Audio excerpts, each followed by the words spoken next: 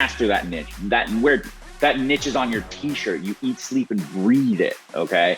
And then, and only then, when you master that niche and you're making enough money to perhaps replace your current income, or you hit whatever income goal that you have for yourself, now you can rinse and repeat and take those same learnings from, let's say you were doing life insurance, maybe now you can go over and try auto insurance or healthcare or whatever that is.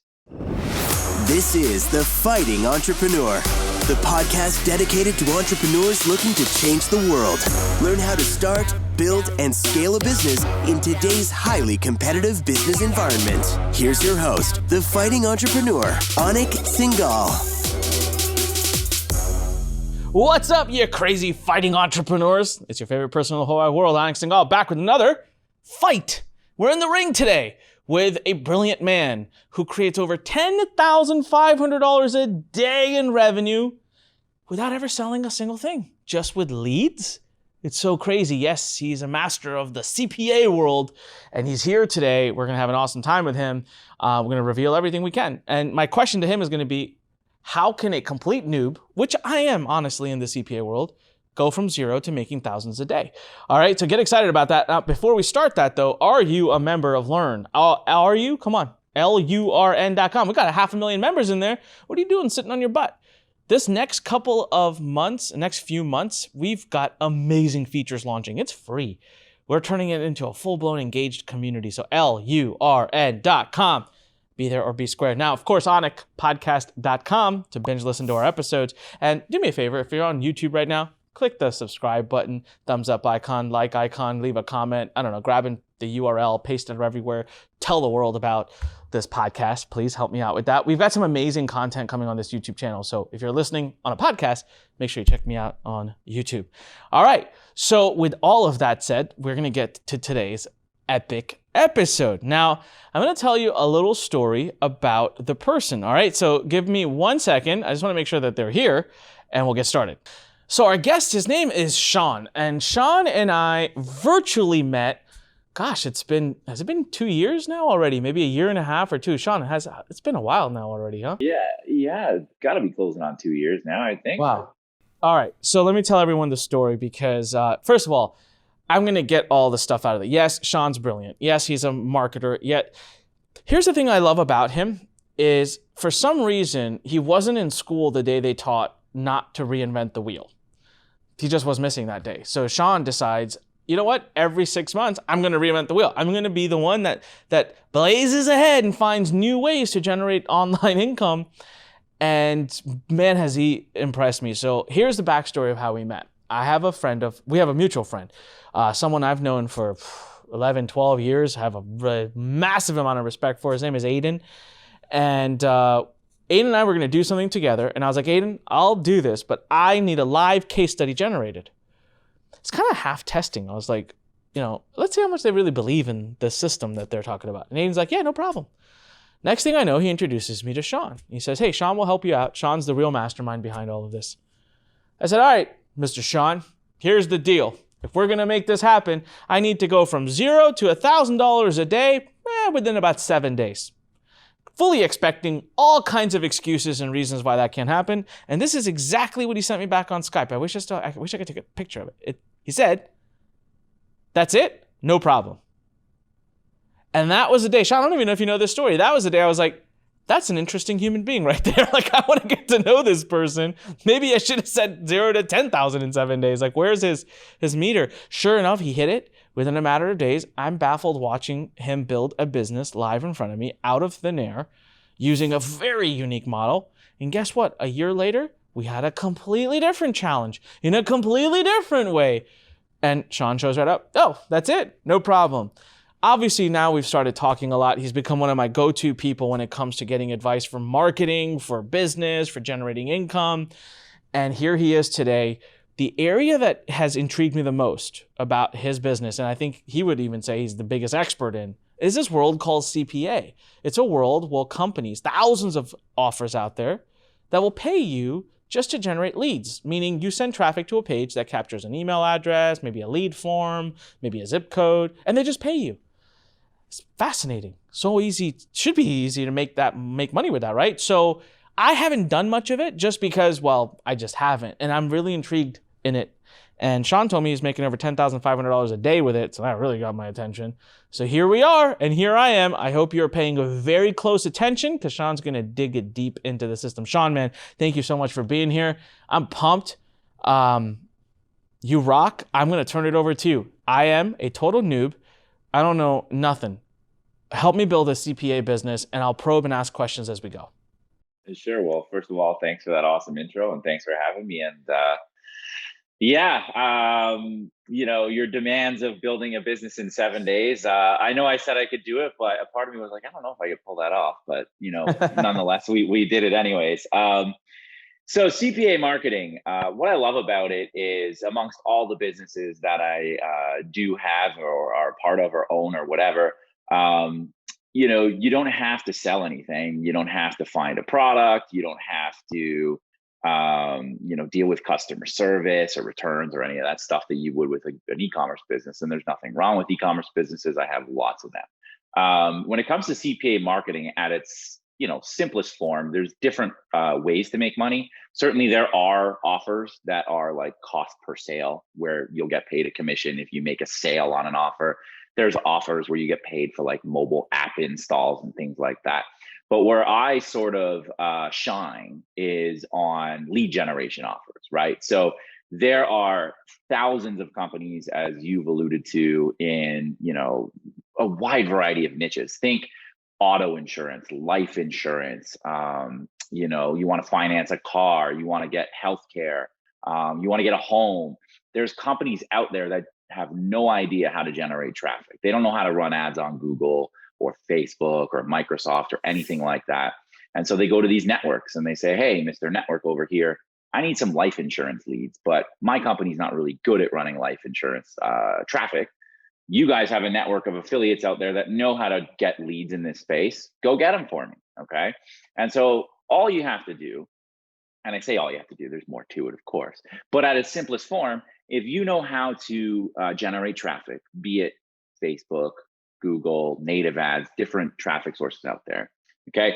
All you got to do is write a simple ad, send that person to a capture page that you own, okay? So you can take the lead in yourself. And then once that person opts into your capture page, you send them directly to one of these CPA offers. Let's just keep with the life insurance niche. You'd run a life insurance ad, send them to your life insurance page. And once they opt into your life insurance page, you send them to the life insurance offer. If they complete the form for that life insurance offer, you will get money instantly to your account. And essentially, as long as your ad cost is less than the offer pays you, you're in profit. And the next part to that is you generate the lead so you can then run some email marketing in the back end. Okay, so that is really it in its simplest forms. Okay, ad, capture page, offer, the end. That's so crazy. It's so simple. And I always say this, right? So one of my mentors, his name is Scott. He taught me this way back. He was my entrepreneurship professor and then went on to become my mentor. And he taught me something. He said, if a business model does not fit on a napkin, it will not be successful. And I remember at that time learning simplicity is key. Of course, what did I do as all great entrepreneurs do? I ignored the crap out of that lesson, went on to try to defeat the lesson and make sure that I could try to prove it wrong. And where do I land up 18 years later? Heads bowed saying, well, that was a good lesson. And it's true. So the simplicity of it, everybody, do not mistake the simplicity for like ineffectiveness. This is awesome. Ad, going to what he called capture page. A lot of you who follow me or are in the circle of profit, you'll know I call it an opt-in page. And then right from that, you don't even need a second page on your website. Your whole website is one page because what you do is once they give you their email address, you've copied and pasted a URL into the software. It automatically redirects them to your affiliate link to the website wherever you want them to fill out a lead form. And when they do fill the form out, you get paid. And it can be as simple as that. So, Sean, I'm going to break this down and ask you some questions. First question is about how much, there's different kinds of leads and different kinds of payouts. Can you walk us through which one do you prefer and what are the different kinds out there? You could do zip code email. I mean, I don't know. There's various, you know better. Yeah, I mean, back in the day when I first got started, what was so attractive to me was I first got started in CPA. I've been in business since 2013, CPA since 2015, so good 6 or 7 years in this space. Back in the day, there still might be these types of offers. They're just harder to find, but there used to be those zip code offers, and they pay you like $1 per zip code, right? So also back in the day when Facebook ads, it seems weird to say this in 2021, but Facebook ads just 6 years ago, it was in its infancy. You could get like 3-4 cent clicks in the USA. It was unbelievable. So you could pay like 5 cents a click and get paid 90 cents, $1 just for somebody to put in their zip code. It was the simplest thing ever. And so I got my start there back in the day, and you'd spend 5,000 a day to make 10,000 every single day, no problem. I say that very like it's the easiest thing in the world. Looking back, compared to how the CPA world is today, where it's still easy, but there's a lot more steps. It was like the easiest thing ever. Now you fast forward 5 years, though. Generally speaking, those types of offers, I wouldn't say they don't exist. They're just harder to come by. So really, I look at it in two forms. If you're talking lead submit, there's like your short form lead submit, where essentially name, email, maybe sometimes phone number and zip code. Okay, just like 3 or 4 questions, but definitely name, email. Those usually pay anywhere from $2 to $5. It depends. If you're getting name, email, phone number, they're going to pay a little bit more because the phone number is a barrier that most people, not most people, but some people just don't want to give. It's a lot more expensive to get email and phone number versus just email. So you have those like short form, offers. We've all seen them. And then you have like your longer form submits, right? And that would be like, for example, like a life insurance offer where they might want to know, do you smoke? Maybe they even go as invasive as saying like, what's your social security number? Those types of things. And again, depending on how many questions they're asking, also, I suppose how lucrative the lead is to the buyer on the back end. Those can run anywhere from like 12 to even as high as like $50. Okay. Wow. Yeah, exactly. So, the niche that I absolutely crush it in, which, may or may not reveal here, we'll see, pays me almost $40 a lead. Okay. But it's definitely a longer form submit for sure. But the way you get around that is you just have really good targeted traffic. Like if you nail down your traffic, it's just as easy to get somebody to fill in a long form submit that pays you $50 as it is to get them to fill in a short form submit that pays you $2. Okay. So once you nail down that traffic part, I feel like there's no difference in offers. So as you get more experience, you definitely will, target the higher paying offers because it's just more lucrative for you. Got it. So you like to stick to the $20+ paid out long form Yeah. type of offers. Okay. Now, I'm not going to ask you what niche you're in because quite frankly, I could, and I'm sure you'd reveal it too, but I'm not going to do that. I'm going to ask you after the interview, but not on a public interview. What are you in one niche? Do you like to be in multiple niches? Like what would you recommend to your students who are starting off in this? Yeah, I think like I've been around. I've been in MLMs, I've been in e-com, blah, blah, blah. You always hear people tell you, diversify your income, multiple income streams, all that stuff. And certainly there's a lot of truth to that. I invest, I have an e-com and so on. I'm sure you do as well.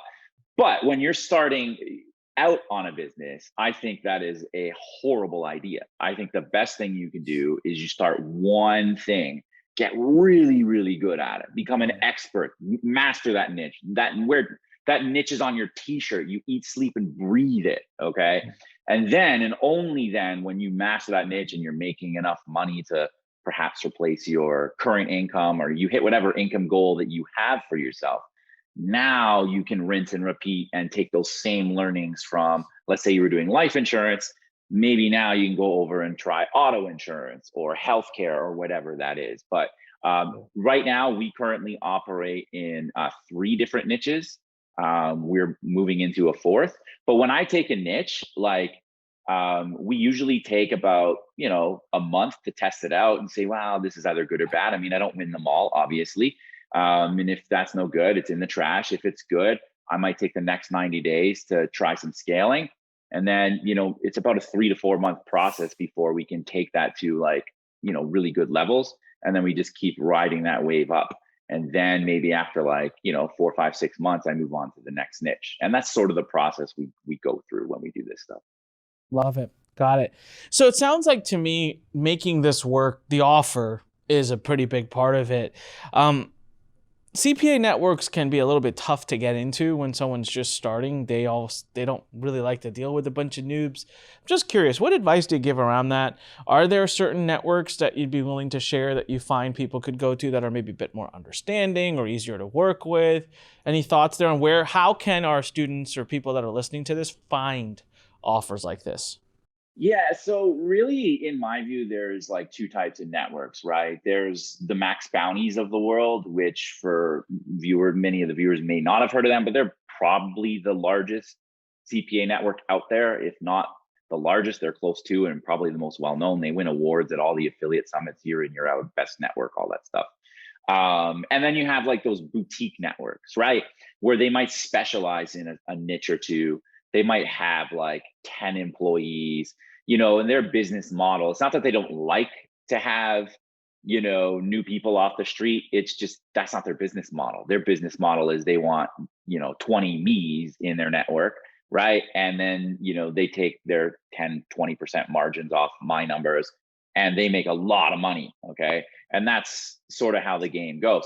Now, when it comes to getting in a network, you're going to want to look for those max bounties of the world, because generally speaking, those guys, like Max Bounty, for example, I'm actually really good friends with the CEO there. I was just golfing with Matt 2 weeks ago up in Ottawa. They're more than happy to have just about anybody walk in. I asked him one day, like, what's your criteria? And he said, our only criteria for somebody to get into our network is that they're a real person. I was going to say that they be breathing. Yeah, right. And it's just because they're owned by like a venture capital firm. So their whole goal is growth, so more people, more revenue, so on and so forth. So it's just a different business model from some of those boutique guys out there. So start with like a company like Max Bounty. Once you master a niche, then maybe you can branch out to networks that specialize in those niches that might even pay you more. They'll bend over backwards for you because they want your business desperately, versus Max Bounty, who loves your business, but they have thousands and thousands and thousands of people in there, right? So it's just like a less hands-on experience. You know why I love what you just said? If I had not asked you, for some reason, my automatic assumption would have been the exact opposite of what you said. Really? I don't know why. I would have thought boutique-y, easier to talk to, more friendly, more personable. But you're right. Boutique-y means less employees, smaller team that want to deal with smaller people. Max Bounty's probably got a massive team. You can kind of get lost into the midst of things and wow. Great feedback. Love it. Okay, here's another question. Now, this one, the CEO of Max Bounty may not like you sharing, so hopefully he doesn't listen to this episode. Let's say I know one thing. Now, this might be not true anymore, but I know from like 5 years ago, 6 years ago, 10 years ago, whenever I used to go to Affiliate Summit a lot. I used to talk to these CPA networks all the time. Never did anything with them, but talked to them all the time.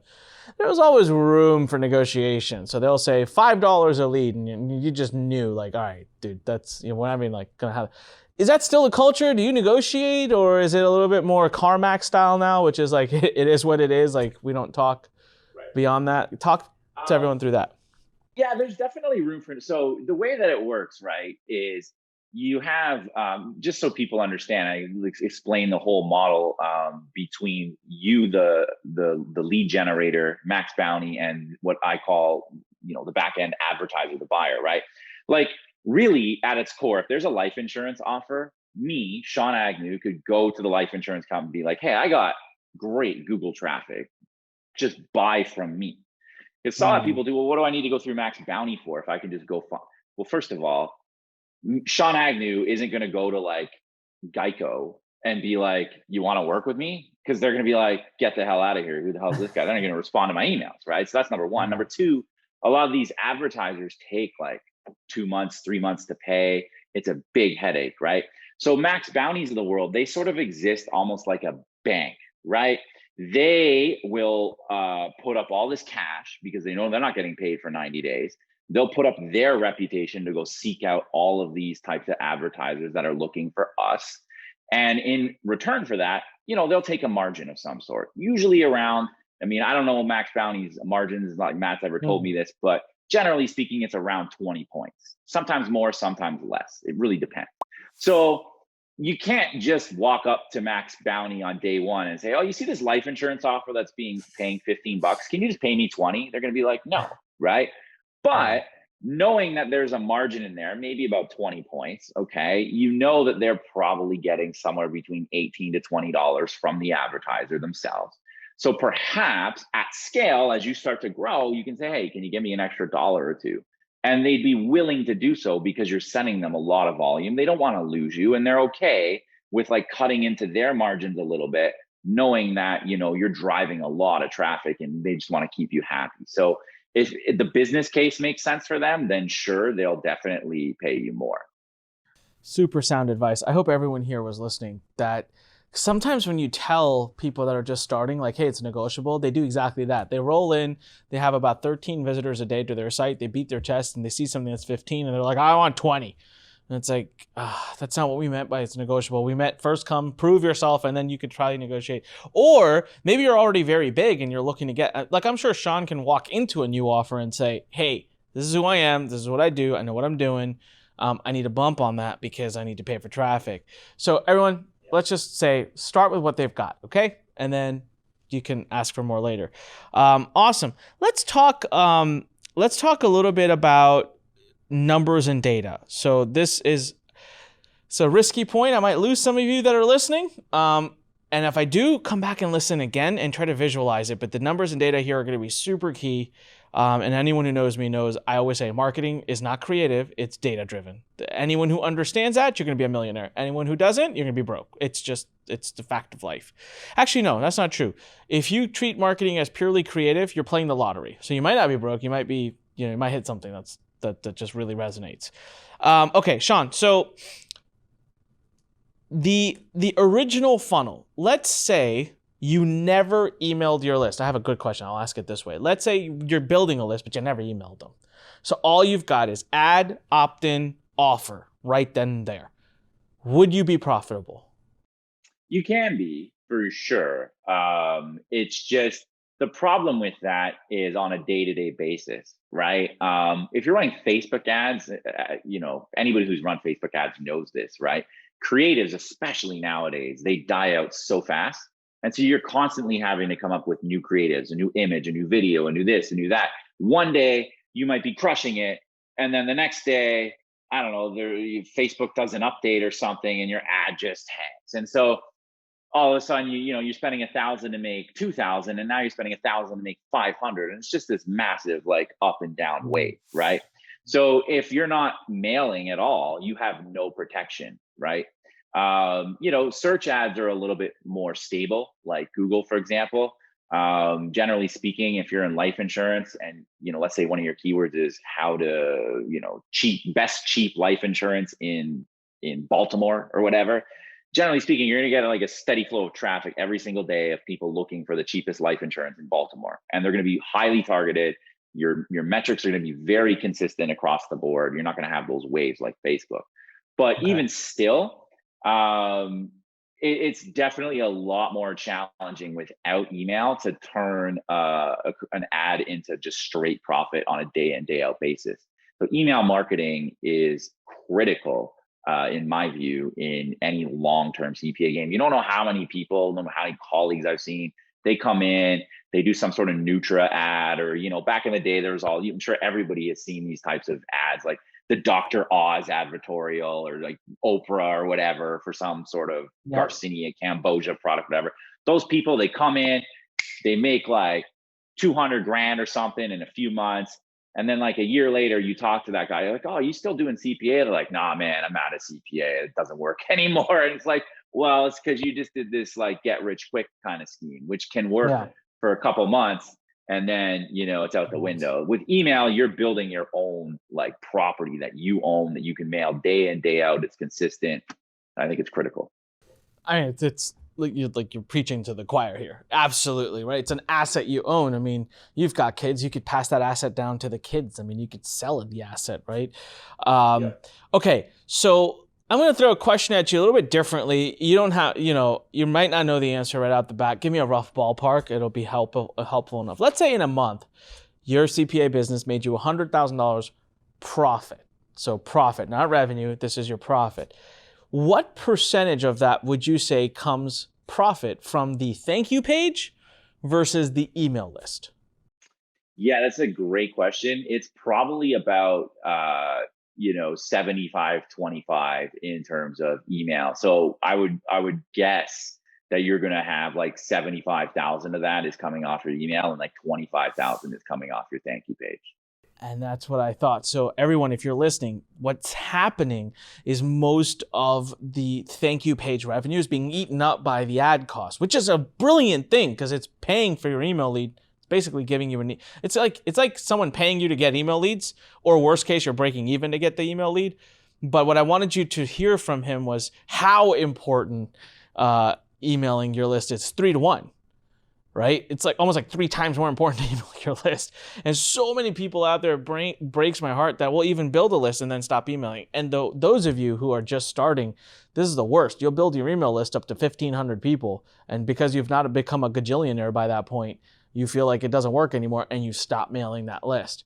That is the one that breaks my heart, because it's like the person who's digging for gold, right? And they're like 3 digs away and they're like, oh, I'm tired now. This doesn't work. I'm done. And it's like, oh, if you had just dug 3 more times, you would have been, you'd have struck gold.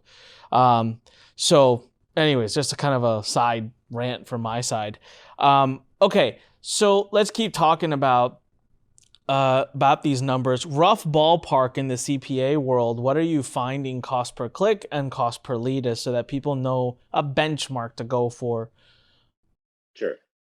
Just on that point, I love that analogy you made. Everybody, whenever I talk to any students that I have in this space, you ever seen that? You've seen the meme in the miner, and the guy's like mining for diamonds, and he gets so close and he turns away. Same thing. Yeah. I get that analogy all the time to people, right? Yeah. And most times when people fail, it's like they're so close. But anyways, CPCs, CPLs, again, that's going to vary on what type of offer you have. Generally speaking, the shorter form offers, okay, that are like, you're going to get paid, I don't know, $3 for a name and email, are going to cost a lot less than if you're asking for a lot more information. So it's going to depend on the niche. I meant, Sean, just be clear. I meant cost per click and then cost per opt-in, not necessarily what it's costing you to get the actual CPA lead. Yeah, the first side of that funnel. Yeah. I think, okay. So on a cost per click basis, right? When you have those like simpler offers, it really depends. I can speak more from like a Google, Microsoft perspective, because that's where I do most of my advertising. I still do Facebook, but it's definitely much smaller. You're probably going to pay somewhere in the range of like 40 cents ish a click. And then, if you can get your opt-in rate up to like 40% or so, which is definitely possible, or higher as you optimize it, your cost per lead should come in at $1 or less.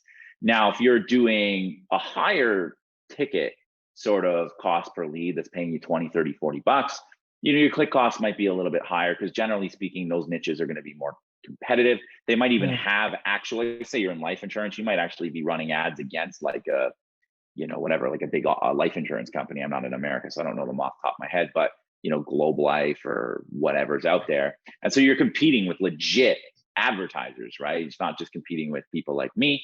And so you might pay like $1 to $1.50 a click. Your lead cost might be more like $3 to $5, but you're getting paid 20, 30, $40 on the back end. So it works out to the same sort of ratios, if that makes sense.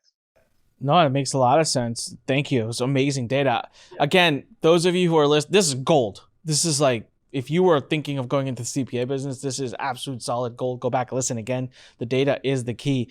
Last piece of data. So you said, hey, let's go with the dollar and opt-in analogy, because it's easy math. If you got 100 people to opt in, and short form, let's stick to short form, and then I'll come back and ask long form. Roughly what percentage of people would you like to see immediately fill out the short form? So if I had 100 opt-ins without the email list, just thinking immediate, like that gives you a good idea of like, hey, this is a good offer. What's the percentage you're looking for? Yeah, if I'm just starting out, I don't just expect, and this is hopefully a good tip for everyone too. Like, look, if you throw $100 at an offer, don't just expect $1,000 to fly out of the sky. You know what I Yeah. mean? Like, you might throw in 100. The other day, I was starting a new niche, and I spent $250. I made $30 back. Just throwing that out there. That I still fail hard quite often. Okay, but you Mm. learn from the failures, and that's how you get your successes, right? But a general rule of thumb, if I spent $100 on day one and I was able to make like 50 or $60 back, I would literally be super excited and fall out of my chair, because I know with just a few days later of optimization, I can easily get that to the point where I'm spending 100 to make 100. And then with another few days after, I can get that to a point where I'm spending 100 to make 150. So if you can get on like day one or two, if you're at like a 50% loss or better, in the back of your mind, with just optimizing your there's so many things you can optimize: your landing page, your ads. If you're doing search ads, keywords, some of them are good, some of them are bad. Devices, maybe it's better on desktop, maybe it's better on mobile. So once you make those sort of micro optimizations over a week or two, you can easily turn a 50% loss into a 50% gain. Wow. Love it. Love it. All right. Awesome. I want to jump ahead because we're definitely, this has been impeccable. So we're going a little bit longer on time, but I'm not going to stop just because of that. Before I get to sources of traffic, because that's kind of like the big finale question I really want to talk about. What do you promote to that email list? So let's say someone came in on a life insurance. What's the longevity of that email list? Am I going to keep promoting them life insurance offers for like 6 months? Because at some point you're going to assume that they probably got what they wanted. And once you get life insurance, you're kind of out of the market for life insurance. So how do you monetize that list? Do you just send them other offers? Do you keep it generic? Like how long, or do you just know, hey, you know what, that list, like it's going to die in 2 weeks. So just keep hammering life insurance offers and nothing else. Well, the funny thing is, I've done studies on this. I come from a background where actually I was in statistical analysis for a big tech firm here. So I'm a data-driven guy. You made a good point about creativity. I'm the least creative person on the planet, and I've done a boatload of cash in marketing. And it's just data. Data tells you, that's it. I don't care what's on the other end. Just look at your data point. And something like 60% of your revenue does happen with your freshest leads when in the CPA space on average. Okay. So that still leaves you with almost half the pie to make money on down the road. And some of these leads, like something like 10% of your leads will stay with you for 90 days. Okay. So you still have a boatload of these leads that are ready and willing to open what you have to give them. So yes, obviously, if somebody's looking for life insurance, the natural thing to email them is other life insurance offered, 100%.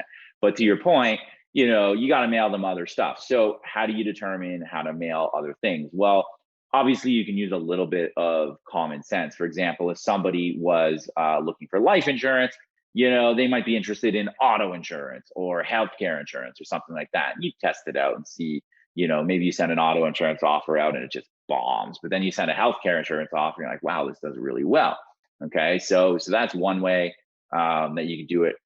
Talk to your affiliate manager. If you're at Max Bounty or any company, you'll have an account manager. Okay. Those account managers are your best friend. All you need to do is say, hey, listen, I've been crushing this life insurance offer. You guys have access to all your other publishers and affiliates there. What are they emailing? Okay. You don't have to tell me their secrets, Smart. but what kind of offers are they mailing that I could mail to this list? And the final thing, which is my favorite thing in the world, is get on your competitors' list. See what they're doing. All right. I'm on Anik's list for stuff, and I watch what he's doing. Okay. And you don't copy what Anik's doing, but you get an idea. If every other marketer in your niche in life insurance, for example, was all mailing, auto loan offers, for example, then it stands to reason that they're making money off auto loan offers, and you should do the same thing. I love it. If you're running ads to build a list, go click all the other ads, then put your email address 100%. In and put it into and watch them. That right there, boom. In 2 weeks, you're going to know exactly what people are doing. Second was stop trying to think about it. Ask the account manager, because guess what? They have a bunch of other affiliates who do life insurance, email list building, and they'll tell you, oh, here are the offers that do well. Brilliant, brilliant, brilliant. All right, as we segue, man, this has been awesome, Sean. Thank you, by the way. Your answers are super precise, concise, to the point. I love it. Helps me kind of just move along and ask really, really awesome, meaty information. So as we move into the last part of this interview, right, traffic. I want to ask you a question. We've talked a lot about paid traffic, paying for traffic, and I can already hear some people screaming in their head, all those crappy paradigms that I hate, but that's for a separate day. I'll yell at them later. But they asked the question, can I do free traffic? So what's your thoughts? Is there any hope? Do you help students start with any kind of free traffic initially? Or is it like, guys, in CPA world, it's a waste of time? In CPA world, it's a waste of time. I wish I had a better answer. Fair enough. I wish I had a better answer. It's a good and honest and truthful answer. And I want to explain to people why. I think I know why, Sean, so you tell me if you agree. Free traffic is the good and bad. If it's free, it ain't coming in volume. Not initially. It could, if you want volume of free traffic, it will take you months, if not years. Okay? So it's, now in CPA, it's a volume game. Why? Because you get paid a few bucks to $30 a lead, right? So what we've always taught, not always, this is what I'm teaching lately now. If you are selling something that's a very high ticket, free can work really well. Why? Because free might be low in volume, but it's damn good in quality. It's usually people that really like, because they've watched you on social media, they watched a video, they saw you, they engaged with you, they searched something on Google, read content, came to you. I mean, they listen to a podcast of you on someone else's podcast. Like, you just have this, like, they're just more hyper hungry. So guess what? They're ready to buy coaching, consulting, all these higher $5,000, $6,000, $7,000, $10,000 offers, and you don't need many. I mean, if you can get 10 people to book a call with you, you could sell a $5,000 coaching plan like this. You don't need to get 10 people to book a call with you. You need 100 leads, right? But 100 leads or 200 leads in the CPA world will make you like $50. And so you need volume and you need it fast, and that's why paid.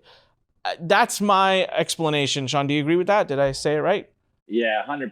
I mean, I first got started in the MLM space. So I had no money, right? And it was great. I'd make YouTube videos or whatever and just put my, elbow grease into it and get I made really good money off free traffic. But in the CPA space, I mean, sure, you can go post in Facebook groups or go on Craigslist or whatever. But to Anik's point, even if you were somehow able to generate a couple hundred leads a day doing that, I mean, I don't see that as a scalable model. It's nice for chump change. You might make a couple $100 a month, but I mean, that's kind of it. I think the maximum I would tell students is if you don't believe it for some reason and you need to see some proof, okay, fine, go ahead. Go out there, generate 100, 150 leads. You'll probably make 50, 60, $70, and then you can't argue with Sean. He's telling the truth, and then go do it his way, which is the smart way, which is paid traffic. So real quick, Sean, without making this into an entire paid traffic course, what are your favorite sources of traffic? Now, hold on. No. I'm going to ask this question differently. Your favorite sources of traffic might be different than what you tell a beginner to do. So I'll ask the question, what is your favorite source of traffic for a beginner coming into this?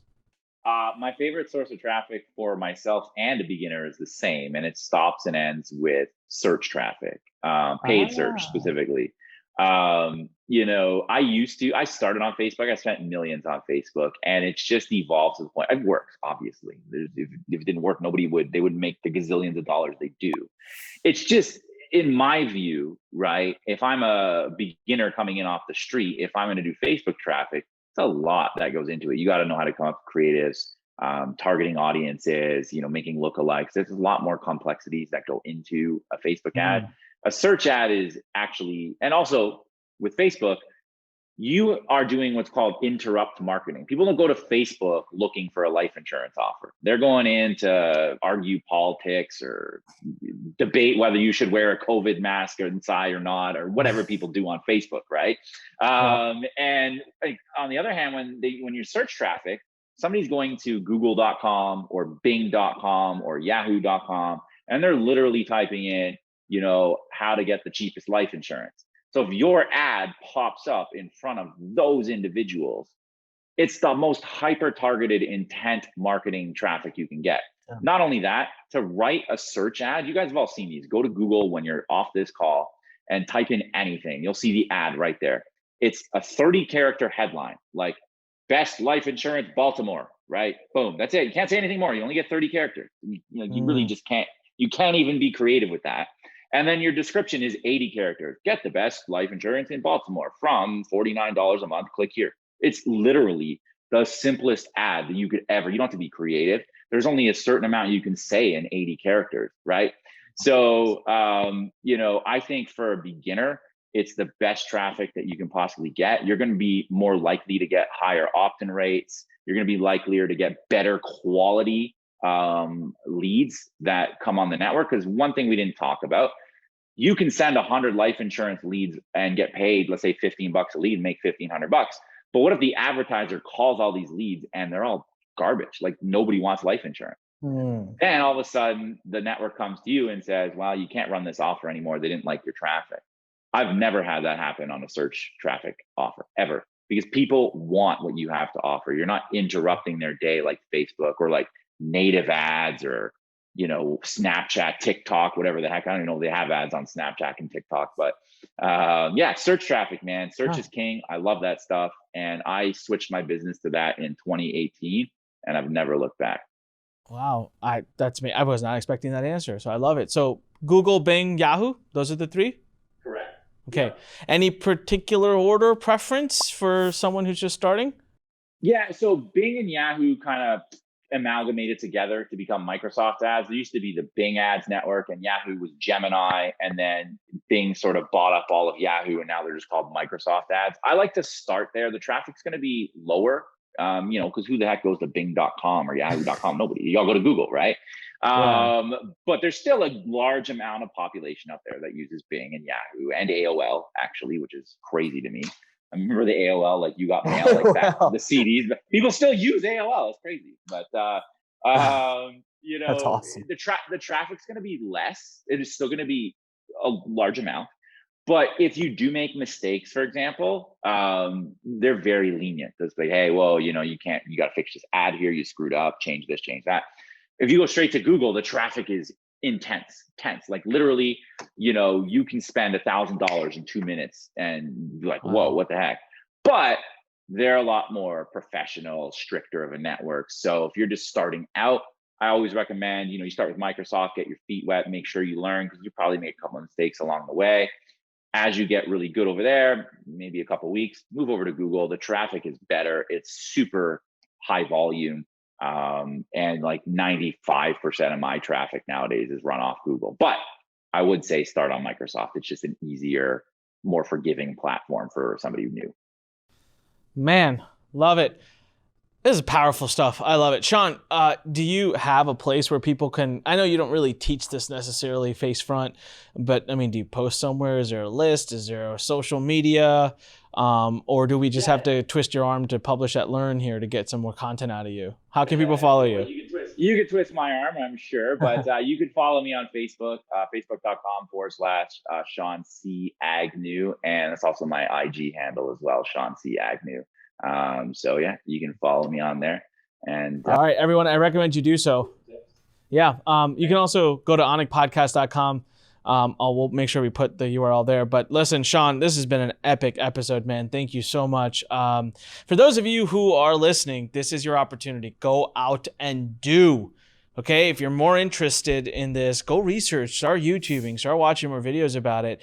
But in the end, this is what we teach, right? Build an email list, find a great offer, drive traffic to that email list, and then drive traffic to that offer. Keep it simple. This is what I've been doing for 18 years. I didn't do it with CPA. I did with other stuff.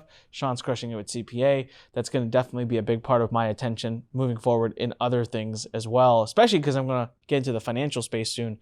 And CPA can be pretty big in that space. So with that said, Sean, thank you very much. Thank you to all of you who are listening. Hey, by the way, make sure you check out my podcast, anikpodcast.com. Make sure you're a member at lurn.com, LURN.com. And as I always say, when life pushes you, what do?